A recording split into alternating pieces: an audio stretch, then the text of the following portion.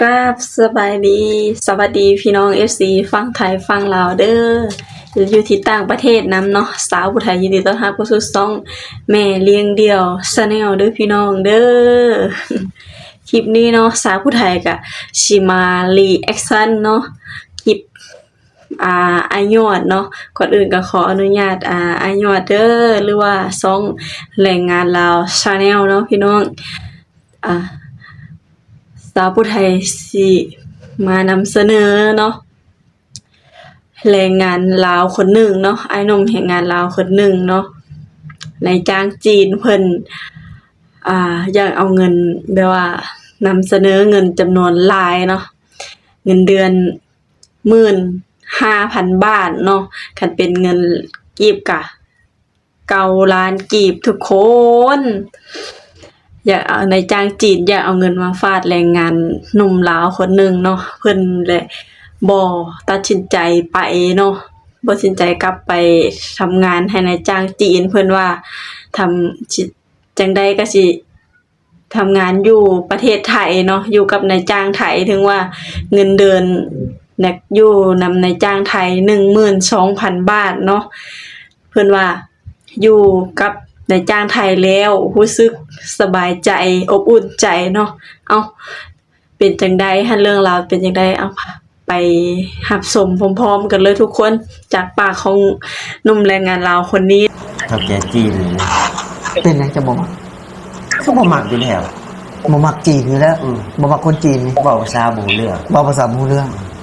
คือเป็นเคยทำงานกับในจ้างจีนบ่ตอนนั้นคือว่าบ่มักบ่เคยแต่บ่มักอ๋อบ่เคยแต่บ่มัก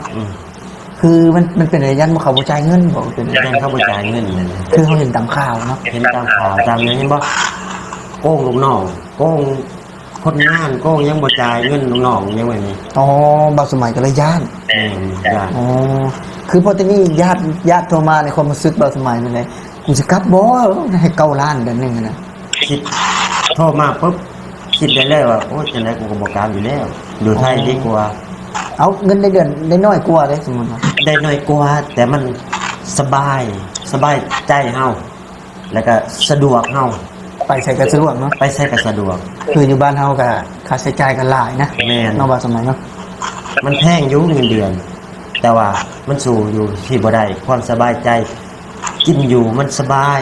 เอาเป็นยังจังว่าอยู่ปีสบายใจกว่าสบายแล้วเนาะนายจ้างก็ดีทำงานก็ดีมุงเหตุการณ์เห็นงานห้องเช่าเข้าบ่ได้ซื้อห้องบ่ได้เช่าเข้าบ่ได้ซื้ออ๋อคือบ่ได้เช่าห้องแต่ว่าเว้าสมัยเพิ่นบ่ได้เช่าห้องเนาะเข้าบ่ได้ซื้อนำบ่สมัยแม่นบ่ได้ซื้ออ๋ออยู่กับนายจ้างไทยแต่ถ้าว่าสิกลับไปครับเฮ็ดกับนายจ้างจีนเนี่ยบ่เอาเนาะบ่เอาคือกลับบ้านแล้วทั้งที่ยังบ่ทันได้เคยเฮ็ดนะบ่เคยเฮ็ดก็บ่ไปอ๋อแต่มีญาติเฮ็ดอยู่พุ่นเนาะมีญาติเฮ็ดอยู่หั่นแล้วอ๋อแล้วเพิ่นได้โทรมาว่าโอ้บ่สมัยเนาะไอ้สมัยบอกเพิ่นห้องไว้นี่แหละไอ้สมัยว่า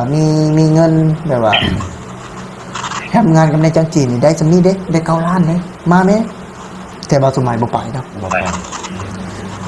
บ่ฮู้ว่าเวลาไปเฮ็ดงานนี่จักมันสิให้เฮาเฮ็ดหยังแหน่จะปุจุมปุ๋ยแล้วแต่มันแล้วมันเป็นลูกน้องมันแล้วเนาะแล้วมันแต่เวลาให้กำลังจ้างไทยเด้คือแบบว่ามั่นใจซะมั่นใจแบบว่าเพิ่นแบบว่าฮักเฮาเฮ็ดในสิ่งที่เฮาเฮ็ดได้แม่นบ่เพิ่นก็บ่ได้บังคับเฮาได้ว่ามึงเฮ็ดเฮ็ดจนว่าบ่คิดว่าความบ่มีเฮ็ดตามความสามารถเฮาเลยแม่นสมมุติเพิ่นว่างงานมีแลอยู่นั่นเนาะเฮาก็สิเฮ็ดเลยว่าเฮ็ดจุดนั้นจุดนี้ไอ้ตัวนี้แล้วไปเฮ็ดตัวนั้นอ๋อและเจ้านายบาสมัยบ่เคยเข้ามายุ่งเกี่ยวอ๋อเจ้านายนี่บ่ได้เคยเข้ามาเลยแม่นเพิ่นว่างงานแล้วมีร้านเพิ่นแบบว่าร้านเพิ่นนี่มาดูแลแทนอ๋อก็คือแบบว่าคล้ายๆแบบลูกฮักเพิ่นหั่นน่ะเพิ่นลูกเลี้ยงเพิ่นคือเพิ่นมอบกิจการนี้ให้แม่น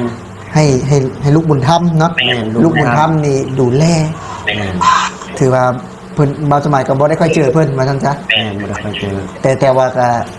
จากการที่ทำงานนี่มึง7 ปีก็7บ่7 ปีกว่า6-7 ปีนะ6-7 ปีก็ถือว่า ฮู้นิสัยใจคอในนายจ้างให้ดีนะแต่ถ้าหากว่าสิให้กลับไปอยู่กับนายจ้างจีนหรือว่าไปทำกับนายจ้างจีนก็ย่านเนาะหนึ่งย่านเพิ่นบ่จ่ายเงินนั้น แม่ เนาะ นยันบ่จ่ายเงินแล้วก็ยันแบบว่าขาเฮ็ดยังคิดมาปุ๊บคันเฮาเฮ็ดแบบว่าบ่ถูกใจมันแบบนี้นะ อย่ามันเฮ็ดกับคนแรกของเฮาแบบนี้นะเราก็บ่ฮู้ว่านิสัยใจคอมันเลยนะ คือบ่เคยเฮ็ดว่าซั่นซะเนาะ แม่น บ่เคยเฮ็ดแต่ได้ยินแต่ข่าว ได้ยินแต่ข่าว ได้ยินแต่ข่าว ได้ยินแต่ข่าวได้เห็นจะได้คลิปในโทรศัพท์เวลาเขาลงคลิปโอ้ในการกินจังซี่โป้งลูกน้องบ่ฮั่นคมคู่ลูกน้องบ่จ่ายเงินลูกน้องแบบนี้ คือแบบว่าหนึ่งแหละ ถ้าจ่ายก็อาจบ่ได้ตรงได้เพิ่นเนาะสมมุตินัดวันที่5ก็อาจจะเป็นกลางเดือน เดี่ยวไปเรื่อย หรือว่า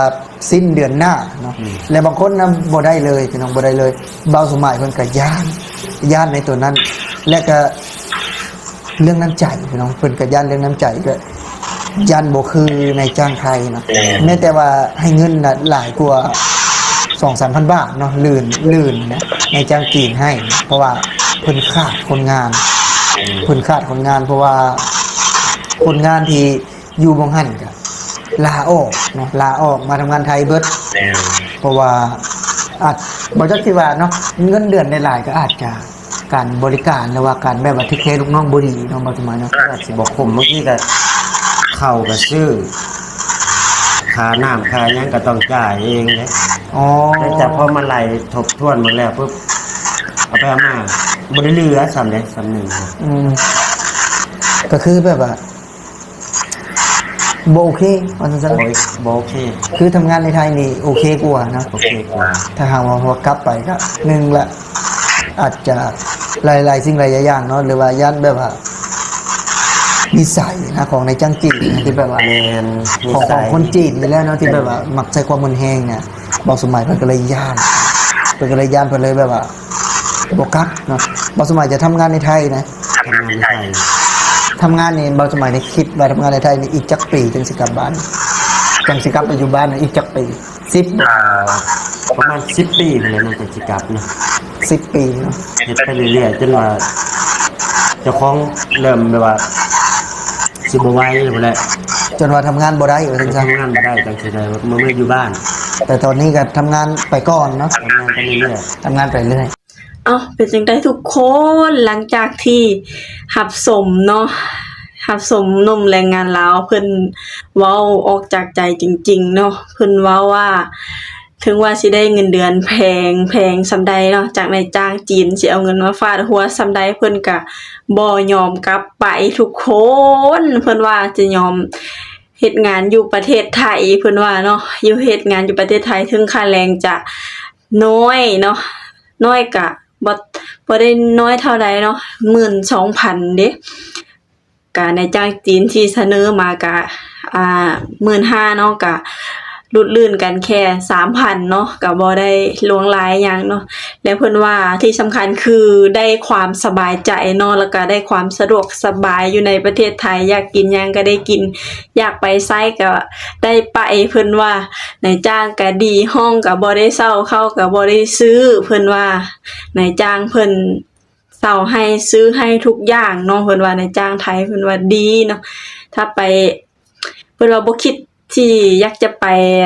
ให้เงินเดือนแพงเท่าใดก็บ่ไปเพิ่นว่านายจ้างจีนเนาะเพิ่นว่ายันแบบว่าถูกตบถูกตีเนาะคนจีนเพิ่นว่าจังซี่อะนะเอาสำหรับคลิปนี้สาวผู้ใดก็กราบขอบคุณพระคุณ FC เด้อที่เข้ามาให้กำลังใจสาวผู้ไทยโดยตลอดเนาะที่สำคัญก็สนับสนุนสาวผู้ไทยในเด้อโดยการที่บ่กดข้ามโฆษณาเนาะเอาสำหรับคลิปนี้ก็ขอบคุณหลายๆเด้อค่ะฝากกดไลค์กดแชร์กดติดตามเป็นกำลังใจให้แม่เลี้ยงเดี่ยว Channel เด้อบ๊ายบายพอกันคลิปหน้าเด้อ